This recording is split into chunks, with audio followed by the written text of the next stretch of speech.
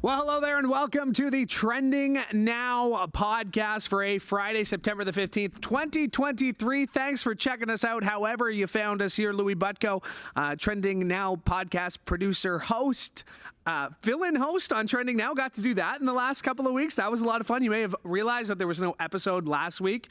That's because I was on The Big Show, which was a lot of fun. And speaking of The Big Show, and speaking of the host of The Big Show, we got some news that we're going to get to as we got a jam-packed show coming up because, as always, it has been a very busy week on Trending Now, which you can catch every Monday to Friday, 7 p.m. on CHCH, chch.com, and on our Trending Now socials. And if you miss it at 7, you can catch it again at 11:30 following the CHCH evening news at 11. And again, lots to get to. There was week 1 of the NFL season. Apple released some new products or announced some new products. The VMAs had happened. The Blue Jays suck. There's lots to get to on today's show, but we have some Trending Now family news that we want to share for you here. As recently, our very own Kelly Botelho and her husband, Marco, welcomed a beautiful baby girl, Gia. And I'll let you know that both mother and daughter are doing well. And we're super happy for Kelly and super excited to have another family member here on the Trending Now family. It does mean that we will not be seeing Kelly for a little bit here on the show. And as you know, Kelly was filling in for Nicole Martin. And now filling in for Kelly Botelho is our good friend. You know him. He's very familiar to Trending Now. He's filled in as a reporter. He's been a producer behind the scenes. He's joined us here on the podcast. But welcome, Matt Ingram, officially to the Trending Now family. The family. I'm an official family. Yeah, you were kind of like that cousin that sometimes we had to like call and be like, yeah, maybe you should come to this. At least you didn't say weird uncle. Yeah, I was very close. I tried to think. I felt you were going in that direction. Okay, so I've learned that I'm never gonna call one of my coworkers older than me. I'm never gonna assign whether it's my work mom or my work older sister. Well, we gotta be similar the same ages. person. Yeah. We're work brothers. Yeah. We're Trending Now brothers. Trending Now brothers. I like That's that. the bro show. We were trying to say I didn't want to go there, but that's what we're doing. First of all, I do have to let our viewers, our listeners know that the Trending Now podcast is presented by the Sunday night blockbuster. Buckle up for the ultimate adrenaline rush as Joseph Gordon-Levitt stars in Premium Rush. It's a high-speed chase through the bustling streets of New York City with every pedal stroke taking you closer to the edge of your seat. Don't miss Premium Rush this Sunday at 8 p.m. only on CHCH. You have seen this movie. I have. I saw it when it first came out. I enjoyed it. In theaters? No. Okay. Where was it? It was on TV. It was on cable for a while. We're of an age where it's like, remember like Fox 29? Yeah. You know, TBS and stuff. They play the Saturday afternoon movie. So many commercials in those movies. Oh my God. So many commercials in those movies. Looking forward to that one. That is Sunday night, 8 p.m. Premium Rush. Joseph Gordon-Levitt has been around forever. Welcome. Thank you. Yeah, you'll be taking over for the next few months. I'm really excited. Yeah. What is it about this show that kind of drew you to it? I mean, you wanted to join the show. I did. Yeah, I asked. You asked. You wanted to be here. What draws you into the show? What do you like about it? I wanted to be a reporter on it, so I wanted to be Manesa's backup. I wanted to be producer Laura's backup. And then when we all found out that Kelly was pulling a Nicole Martin and going on mat leave, I asked to be Kelly's backup. Because what I like about Trending Now is we get to talk about things we don't get to talk about normally on the 6, and we get to go a little bit more in depth. On 6 o'clock news, it's a local story. Television news is so focused. We have an angle, we have people we talk to. With this, we get to kind of widen it all. I thought it was so cool yesterday. We were able to lead the show with sports. Everybody's talking about the Blue Jays, so why wouldn't we talk about the Blue Jays, right? So it's much different. It's a news program, but it's a different news program. So it's exciting for me to get a new opportunity. Yeah, I really like the international aspect of it because, I mean, we do a great job. The writers at 6 o'clock, the producers at 6 o'clock do a great job making sure we're covered so that somebody watches.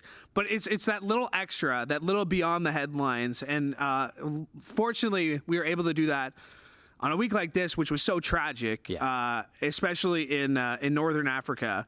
2,900 people have died following a catastrophic earthquake in Morocco. The expectations are the death toll will rise there. And then 3 days later, 2,000 kilometers away, but still, we're talking North Africa, there was intense flooding. It led to the collapse of 2 dams, which has led to the death of more than 11,000 people, more than 30,000 people missing. I mean, these are really tragic images coming out of Morocco, out of Libya. And again, it's something that we're able to go a little bit more deep on for our viewers. Well, and what people at home probably don't know is that we, along with other news organizations, are connected in with companies that provide on-the-ground video. That's where we get this video. It's not like we're going over to Libya and shooting this stuff. And with that, you get to see such a variety of perspectives. And with Trending Now, you know, I had 3 minutes to talk about Morocco. I had 3 minutes to talk about Libya. That means we get in a lot of content that, you know, a regular news program just isn't going to have time to show you. You know, with my story about Libya, man, what a tragic story that is. You know, we're talking about it, but there really aren't words. I mean, because that 11,000 number, I believe that's just confirmed dead in the city of Derna. Yeah. Derna was one of several cities who were hit in this. The worst hit, and you're right, it was the one that was hit by those 2 dams breaking. Really tragic stuff. And I think it's so important for people to realize that we're part of a larger global world where, you know, we're so safe here in Southern Ontario, living our blessed lives. But a lot of terrible things can happen. If we can shine a light on that, I think that's a service to our viewers. Especially when there is so much going on locally. Yeah. Which, you know, we do our best and we do a great job covering all that local stuff, to be able to bring the world to a channel that people are already watching, that's CHCH. They're already tuned in for their local news. It's just that extra little bit. I don't want to call it an extension of the newscast, but it really is an opportunity for us to go beyond the headline, to bring in experts that, you know, we don't really have time for on 6 o'clock. And I know, you know, how you're going to make it your own, right? That's the other fun part about getting to do this. I was fortunate enough to get to host Wednesday. I loved that. I was hosting last week as well. You know, Kelly, you know, little peek behind the curtain. We told you Kelly had a baby. Yeah. The baby came a little bit earlier. Yeah, exactly. You were always going to start Monday. Yeah. But we had to cover a couple of days last week. Yeah. And, and they asked me, and I said sure. And I loved it. I thought it was so great. And, you know, and I mean, you know, we all wear a number of different hats here at this company. And I think that's another thing about Trending Now, though, that's cool, because here you and I are sitting here. I mean, I don't know who your backup is. We're gonna figure out I know, for right? You. But, you know, you could be here as the host in a couple of weeks. You know, I could be Sebben one week. Like, we all kind of intershift. So that's pretty cool. And it really, especially like, you know, the team we have on Trending Now, and, you know, it speaks to the larger team we have here at CHCH. Like, everybody's really, like, you're just rooting for each other. Yeah. And you're supporting each other because of the fact that, like, you know what it takes to do Laura's job. Like, you've been in that role where maybe, like, you know, the stories aren't as easy that day. Like, it's really hard to go after. I mean, not that you would, but to go after somebody to be like, hey, like, you're not pulling your weight. Like, people, I mean, me, maybe, but like other people, it's hard. Like, no, it's Louie you've been in that role. You've been in that role, and you know, like, the work that goes into it and how much, you know, we care about what we do. Well, and I hope that comes across in the podcast, because we're all such buddies. You know, we really are. I mean, there's a few people we hate, but we don't mention those names. Is this recording? Is this live? No. Don't listen to me. I'm not talking the truth. But this camaraderie. Definitely. Well, you needed something to. Right? Exactly. Or else it's a clean edit, and I got nothing to do with it. So I had to go for it. The camaraderie of us all, I think, is going to make us a better team for telling stories. And I hope people at home like listening to the podcast, like watching the show. And, you know, and then the best part is you'll get 4 months with me, and then Nicole will come back in January. Yeah. And it'll be like a whole different show. I'm really excited for Nicole. I mean, not that I'm really excited for Nicole to be back. That's how. Thanks a lot. That was what I was about to say. But like, I mean, like Nicole and Laura Sebben, our producers. I mean, this is their. Yeah, this is their show. This is their show. We're fortunate to be along for the ride. I'm excited to have Nicole, because the podcast was always going to be a part of it. Yeah. And then they just put me in this role in February and say, hey, why don't you host a podcast on Friday about Trending Now? And I was like, sure. And now it's been 7 months I've been doing this every Friday coming in. And like you said, it's that sense of pride in that this is our show that we get to do together. I'm happy you're a part of it, buddy. You well, thank you. You know, we know each other well. We've gotten to know each other last year and a bit, and it should be a lot of fun. Yeah, absolutely. I know Laura's already pulling her out of her hair, knowing that she's going to have to deal probably. with both of us. Deal with both of us. Dealing with both of us, especially on Fridays. Like, Fridays are supposed to be the day you're, like, the most relaxed going into the weekend, right? Like, oh, it's Friday. Like, I'm sure we're going to mess up the timing of the show, talking too much, getting off topic. That's what we do is get off topic. We're totally off topic now, and I'm enjoying every second of it, so it's pretty good. You mentioned the Blue Jays. We're going to get into that with Laura coming up in a little bit. You talked to Mike Wilner. I mean, I'm like the 24,000 people that were there. I'd be ready to boo. Yeah. I'm also apathetic about, like, I just don't care. Which is a terrible way to feel about a team that's close to a playoff spot, game and a half back. But they're just like, shrug your shoulders. And I think, like, go back and viewers at home, go back and watch the Mike Wilner interview. Listeners at home. And viewers. I like this, though. Watch it on YouTube. Watch this on YouTube. Mike made a good point. Like, this team has done objectively pretty well as a baseball team. They're a game and a half back of the playoffs. That's not horrible. But at the same time, we all had this expectation coming into the year that these guys were going to be in the playoffs. So it was going to be October baseball for sure. And now here we are trying to figure out why that gentleman, a fantastic ball player, an all-star, can't seem to get on bag. Vladimir Guerrero Jr. for those listening. Excuse me. I'm pointing at the plasma here. We have to do that. We have now. a nice it's picture. The podcast. Yeah, I know it feels very TV. I'm very TV first. I'll get better at this. All right, good. NFL Week 1. Anything you want to add on that? I'm about to dive into it, but no. You know what? Talk to Manesa. I felt so bad for Aaron Rodgers and Jets fans. I did. Really? It's just like you want to end your career like that. He'll come back. He'll be annoying. He's not going anywhere. He's 39. But you think he's going to rehab from an Achilles at 39? Yeah. Absolutely. Yeah, he's going to do his own research. He's going to do his own. He'll be fine. He's going to check his own source. Listen, I jokingly say, like, I'm a Bills fan, so I don't really care. Right. But I've also, like, not NFLers. I've been close to professional athletes, with my time covering the Hamilton Tiger Cats. I know the amount of work that they put into it. Yeah. Yes, there is that little bit of ting of, like, this guy isn't going to be able to play this season. But it's the Jets, so, like, that's the other part of me. I was like, I don't care. Matt Ingram, I know you're a very busy guy. What are you working on today? Yes, sir. So today, what am I doing today? Okay, the United Auto Workers strike in the U.S. Huge. We're talking about that because it does have a lot of potential impacts on Canada. It comes down to how long this thing lasts. Yeah. If it's a long strike, obviously the impacts are going to be much worse. If it's a short strike, I mean, even simple things, like let's say you want to go to the dealership. Well, the inventory's topped up right now, but 13,000 auto workers off the line means eventually that inventory is going to start to decrease and maybe the car you want to buy isn't available. I noticed the executive pay has been a big topic of conversation. $29 million for the president of GM, $20 million Stellantis, which is Chrysler, by the way. Yep. You're going to hear that a lot. Stellantis. Well, and I've heard it a lot. The quote you've probably heard by now from the UAW president in the U.S., and I don't know if this is true. This is just what's been bumping around. He's claiming that they could double every worker's pay and still make profits. I don't know if that's true. Yeah. I'm digging into it right now, so hopefully I'll have an answer by 7 o'clock.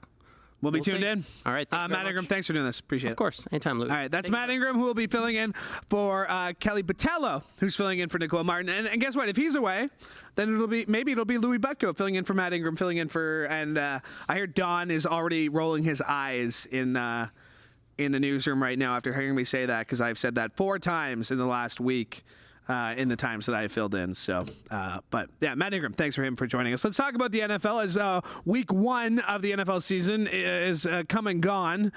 And there were lots of ups and downs, including the Miami Dolphins, who were lights out. They won 36-34 against the LA Chargers as Tua Tagovailoa threw for 466 yards and 3 touchdowns. That's the 3rd most in week 1 in the Super Bowl era. And coincidentally enough, the other 2 involved the Miami Dolphins. Tom Brady threw 517 yards against the Dolphins in 2011, and Dan Marino threw 473 yards in 1994 against New England. So it was a great showing for Tua Tagovailoa, for Tyreek Hill as well in that game, as the Dolphins started 1-0. Meanwhile, the San Francisco 49ers, another team expected to be among the Super Bowl favorites as the season goes on. They demolished the Pittsburgh Steelers. Similar story for the LA Rams. They beat up on the Seattle Seahawks 30-13. The Green Bay Packers down the Chicago Bears. New quarterback.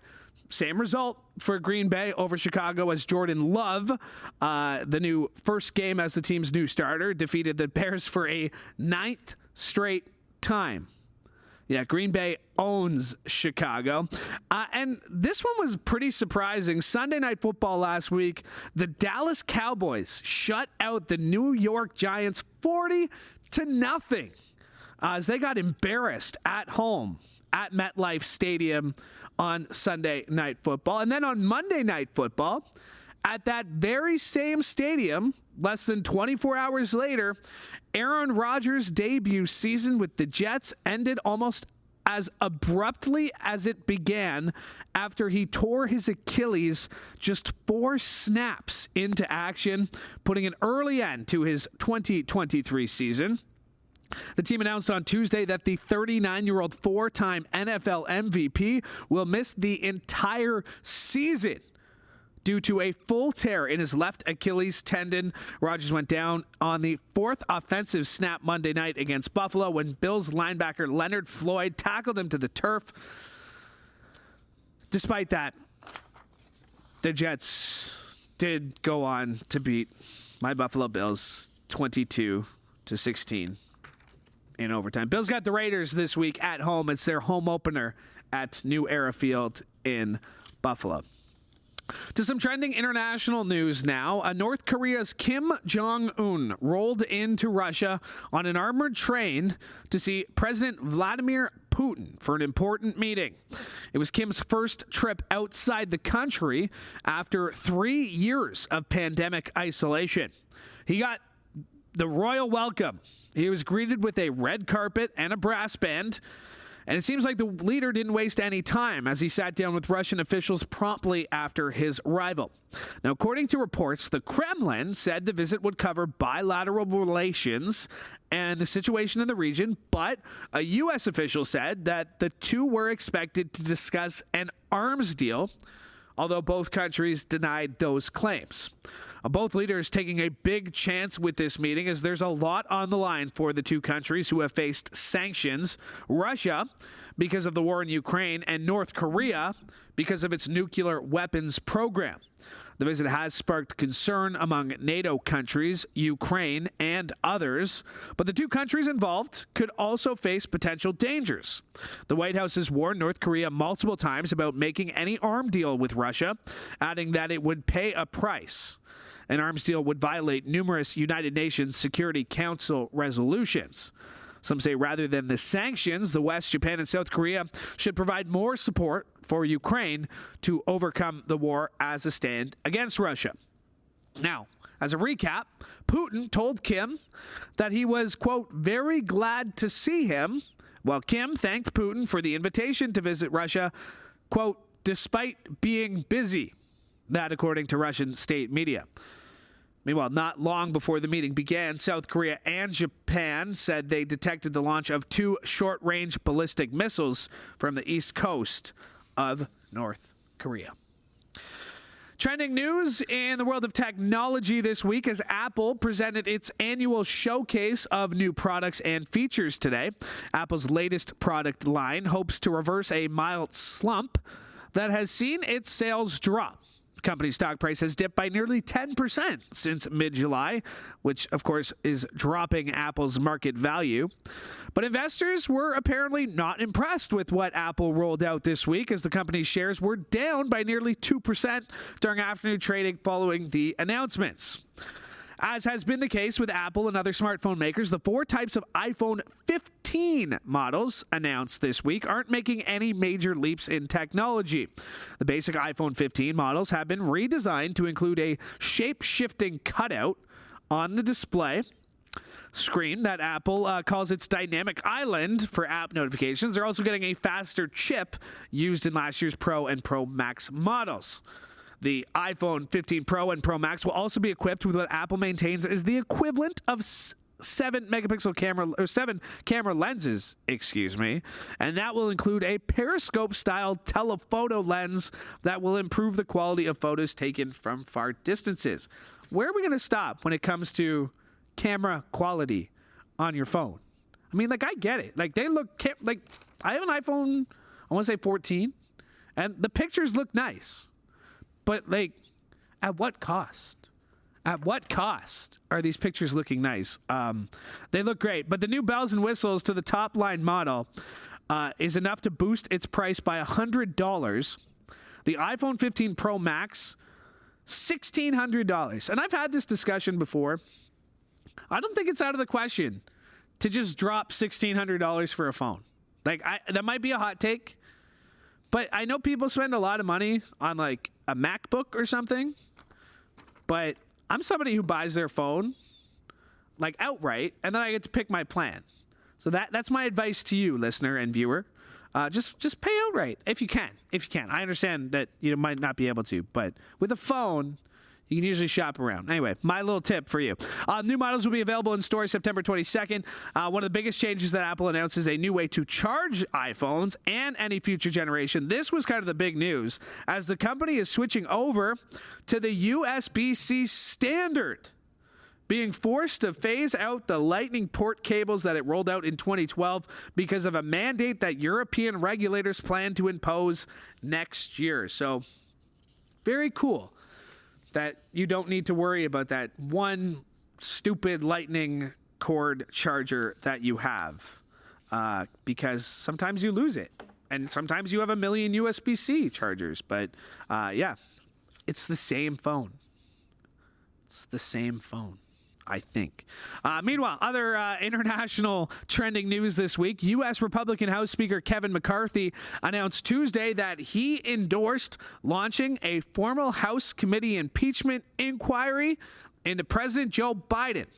I am directing our House committee to open a formal impeachment inquiry into President Joe Biden. This logical next step will give our committees the full power to gather all the facts and answers for the American public.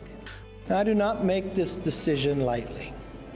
And regardless of your party or who you voted for, these facts should concern all Americans. Now, McCarthy repeated several allegations made by some of his GOP colleagues, including that when he was vice president, Biden joined meetings with Hunter Biden's business partners, that the U.S. Treasury Department has flagged suspicious financial activity by the Biden family, and that the president has lied about his knowledge of his family's business deals. But so far, the Republicans have provided no evidence. Now, a White House spokesperson called McCarthy's move, quote, extreme politics at its worst, while Democrats blasted this decision as caving to pressure from his right flank. There is not a shred of evidence that President Joe Biden has committed a crime. This is an illegitimate impeachment inquiry. This is the extremist Republicans trying to figure out how they can use the business of the American people, doing the work we're supposed to do, as leverage to try to improve their political position. Now, while some notable Republicans praised McCarthy's decision, GOP Colorado Congressman Ken Buck, who is a key member of the House Judiciary Committee, questioned the move by McCarthy. I have not seen any evidence that links President Biden to Hunter Biden's activities at this point. I will be getting a briefing later in the week. I'm looking forward to understanding more of what the Oversight Committee has uncovered, but at this point, I have not seen that evidence. Now, the inquiry comes as a September 30th deadline to keep the government funded and avert a shutdown looms. It also coincides with threats to bring forward a motion to remove McCarthy as Speaker. On the topic, also trending this week, Hunter Biden has been indicted on 3 gun charges, prompting reactions from both Democrats and Republicans. The son of President Joe Biden has been charged with making false statements on a federal firearms form and illegal possession of a weapon. Prosecutors allege he purchased the firearm while he was under the influence of crack cocaine, which in America is illegal. The case was originally going to be dismissed without charges under a plea deal, but that agreement with prosecutors fell apart after a federal judge's review this year. Also trending this week, Taylor Swift took home the top prize at the 2023 MTV Video Music Awards for her Anti-Hero music video. And the VMA goes to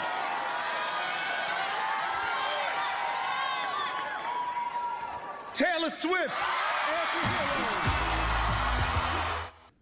Now, the night's first presenters were none other than NSYNC, who reunited to hand the Best Pop Video Award to Swift. Swift later returned to the stage to pick up the Song of the Year trophy for Anti-Hero and also the Best Direction Award. In total, she took home 9 of the 11 awards she was up for, including Artist of the Year in a category that was made up entirely of women nominees for the first time in VMA history. Other VMA winners include rapper Ice Spice, who was on hand to accept the Best New Artist Award. A Best Afrobeats Award was handed out the category's inaugural year. Colombian icon Shakira received the Video Vanguard Award and performed an incredible bilingual melody of her decades of hits. Diddy got the Global Icon Award. Lots of live performances, a celebration of 50 years of hip-hop. To get into all of that, we bring in the producer of Trending Now. It's Laura Sebben. What's up, Sebben? Not much. What's up with you? Not much. The VMAs, were they everything you wanted them to be? They're fun. They're a fun award show. They're one of the more fun ones. Are they drinking? To actually sit through. Yes. Okay. Yeah. So there's alcohol served. Yeah. Yeah. Okay. Which always makes them like 10 times more fun. That's why the Golden Globes are the best ones of the. Because they're drunk. Yes. At that point. Yeah. Exactly. Yeah. I thought NSYNC was going to perform. No. They just came out all together. No. I did see a teaser for their new song, though. Did you see that? For the Trolls movie. It sounds all right. I bet you the song's going to be a banger. But I feel like people are forgetting that they did like a little like reunion thing not that long ago. Like they all came out on. Did JT get like a Lifetime Achievement Award or something? I don't really remember, but I just remember like not long ago they all came out on stage together and everybody was freaking out and thought they were going to do an album. So that's why I thought it was weird that everybody was like re-freaking out because it's not the first time it's happened. Yeah. I don't know. Shakira got the Video Vanguard Award. Lil Wayne. I tried to tell somebody that. They're like, I was telling Emily Vukovic in the canteen, actually, because we were talking about, how we've messed up this week on, she hasn't, but I have. And I said, like, I'll read anything that's in the prompter. So I wrote it as Lil Wayne. Yeah. And I didn't even notice. I wasn't until I got out back in the newsroom that you and Selena really like just laid into me for my lack of pop culture knowledge on that. Yeah, Lil Wayne. You really like you really Bob Cowan'd yourself. Little Wayne. Yeah? Yeah. Showing my age. That. Yeah. Just except for you know who Lil Wayne is, so you I honestly didn't know it was Lil. Like Lil Wayne. How? I feel like his songs were like big when we were in like high school. Lollipop. Yeah. Okay. A Millie. Yeah. Yeah. Okay. Anyway. It was all right. Taylor Swift, 9 trophies. How do you feel about that? Pretty big. I mean, she had like one of the biggest albums of the year, both like musically and like video wise. So it tracks. Did she direct them? Yeah, that's what she's been doing for a while now, directing all her music videos. Yeah. That was fun. It was fun. The award show was fun. What hasn't been fun has been 7 p.m. every night this week, turning on my TV. Yeah. Well, 7:30 after Trending Now. Yeah. Turning on my TV, switching the channel to whatever it is. The Blue Jays game. Yep. They've been awful. What do you make of them? I was talking to Bubba about this last night, how like I am the most like optimistic fan always. Like when everybody's crapping on the Raptors, I'm like, guys, like we can do this. Come on, like give them the benefit of the doubt, like cheer them on. Like everybody like pooping on them is not gonna help. Like, and I do the same with the Blue Jays all year until September rolls around. And then I feel like a true sports fan in September because then I'm like stressed and I'm like, these guys suck. I hate watching them. What's wrong with them? And like even this morning, my dad was like, my mom, because I'm going to the game. I had tickets to the game on the 30th. They're in town against the Rays. When did you buy those tickets? A while ago. That's like one of the last. Yes. It's like the last weekend. Yeah. And so we're doing like a big group outing because it's my birthday and I wanted to go see the Blue Jays for my birthday. Thinking they'd be good. And my mom's like, you should just not go. And I was like, well, like they could win every game. Yeah. Like for the rest of the month. You never know with baseball, but like it's really hard to believe in them after what we just saw. Well, I mean, what do you make of the like apathy? Like there's just like, I just don't care. Like, and clearly it's sticking around. Like this week, you know, whether it was back to school, I was talking to Tim Boland about this. He went to one of the games. Yeah, this week. yeah, that's right. He said it was dead. 23,000 people. The Boo Birds were out. The Boo Birds. Right? Like it's not good. Like, what do you make of the apathy of this team? Like, they're just like not fun. Like, are they just not people you want to root for? I think they are fun. Like, that's part of like why I like got more into like the Blue Jays. I'm not like a baseball fan at all. Like there are teams that I could plug into the morning live ticker that I'm like, this is a team in the league. Like I had no idea. I literally just follow these guys. And part of the reason for that is because I would go to the games with like my dad and like my cousins. And I just like thought the squad was always like really fun. And you kind of like get attached to the squad. And I really like this squad. But I think the difference this year is they don't seem to care that they're losing.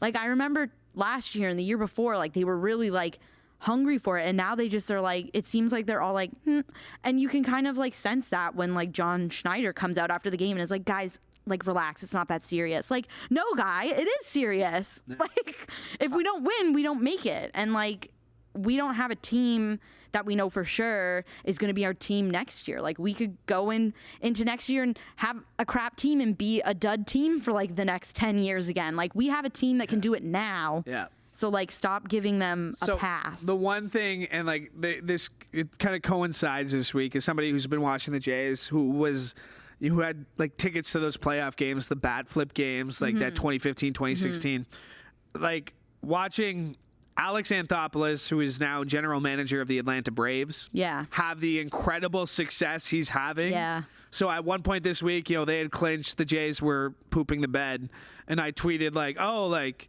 remember when we had this guy? Like, could you imagine letting this guy walk? Yeah. Who's now gone on and built an incredible team in Atlanta that's hitting and more not even home that, runs. like he's had like winning teams. LA Dodgers, exactly. Like he's built the Atlanta team. And we have Ross Atkins and Mark Shapiro, who just won't let go. And I tweeted, I'm like, oh, could you imagine letting this guy walk? And someone was like, well, at least the renovations at the stadium look nice. Because that's what these guys were brought in to do. We're to make money for Rogers. And I think like, but I think the ownership, and then the one thing, sorry, I didn't mean to cut you off, but the one thing I thought of when I, you know, saw that tickets were 24,000, or, you know, there were only 24,000 people there. It just happened to come on the same time that a report from rentals.ca says rent is $2,200 a month averaging for a one-bedroom place across. Like, those two things are related in my mind. Yeah. Like, if I have disposable income, I'm not going to go watch a crappy baseball team. Yeah, it's true. And if I have limited disposable income, which, again, people more and more these days do. Like you said, these guys were brought in to, like, make money for Rogers and whatever, but I feel like they're going to lose money because they've already got people who have been seasons ticket faithfuls being like, we can't afford our new seats. So like, we're not going to get seasons tickets. And even just like me wanting to go to this game, I had to like put a down payment. What? Because the guy was like, you want to lock in the prices because they're going to go up.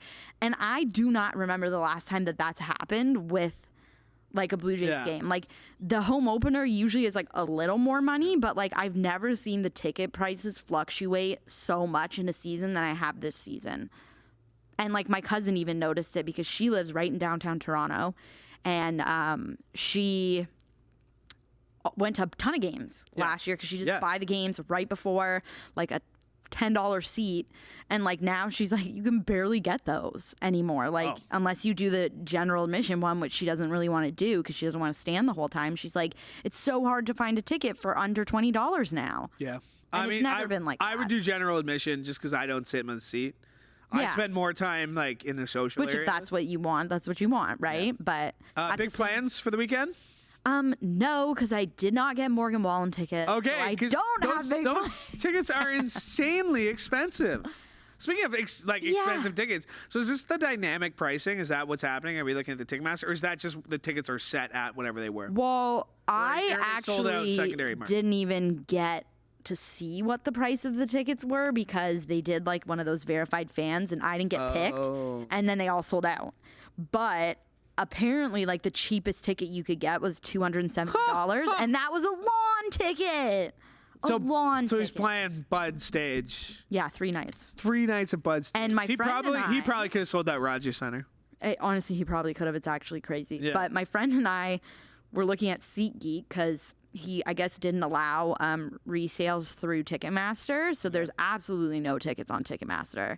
And we were looking at SeatGeek last night because we wanted to go to Saturdays to see like if we bought the tickets at like 7:30, half an hour into the show when the openers are already on, how cheap they would be. The cheapest ticket we could find was like $350 For that night show. Yeah, For last night show. last night show. So we're not going. Maybe you just put him on in the background, listen to his 30-song albums that he puts out. You'll be fine. no, You wouldn't know. You won't know. Well, now I don't want to listen to him because I'm mad that I can't because go. you're bitter. Yeah. What about you? What are you doing? My sister has a housewarming thing, so my little nephew Levi is my biggest fan. Yes, that's right. We've seen pictures. I've tweeted out he's always watching, so he'll get to see me in person for the first time in a little bit. So I'm curious if he recognizes me from TV. If he starts crying as like that guy is on TV at 8 months old. If he's like there's just like some look. I doubt it, but it's just funny because he always watches. My sister like always puts him in front of the TV. Yeah. Well, he should recognize you because I feel like that's probably why he like stays. Yeah, because of my big head. Because my big head. Sure. Just like him. He's got a big head. He's like, well, somebody who looks like me on TV with a big head. Representation matters. Representation. Support big-headed people. Laura, thanks for doing this. I know you're busy, so thank you. Thanks, Louie. All right, coming up, my thanks to Laura Sebben, by the way. Coming up, Manesa Dhanabalan will be by in just a little bit. But first, we have been tracking this story for a couple of days now, and it will likely be something we'll be looking at next week as well. And that is Hurricane Lee, which at one point was a Category 5 hurricane, is now Category 2, but it's 430 kilometers southwest of Bermuda. It's churning out sustained winds at 155 kilometers per hour, and by the time it makes landfall in Nova Scotia on Saturday, it's expected to become a powerful post-tropical storm. But the Canadian Hurricane Center says the post-tropical storm is still expected to be strong. The center says Lee's track could take the storm through an area anywhere between New Brunswick's Grand Manan Island and Nova Scotia's Shelburne County on Saturday night.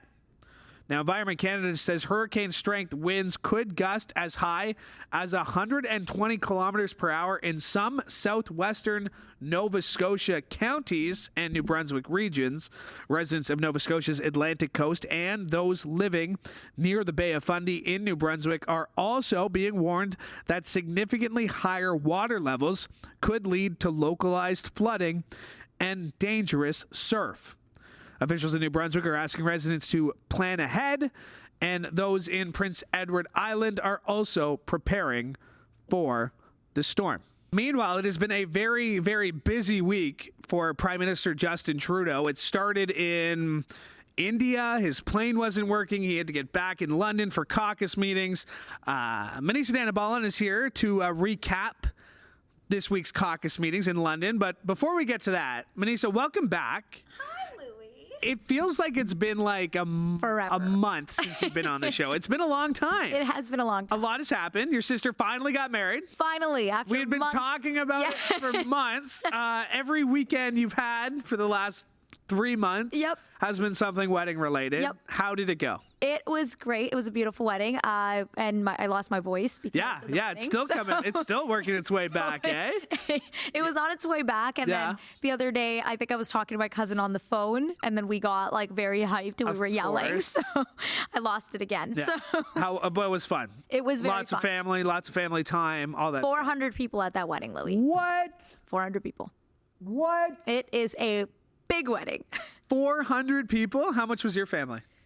Probably just like less than 150 was mine. Okay. Yeah, most of So it a was lot of his. Was his family. Yeah. Wow, 400 people.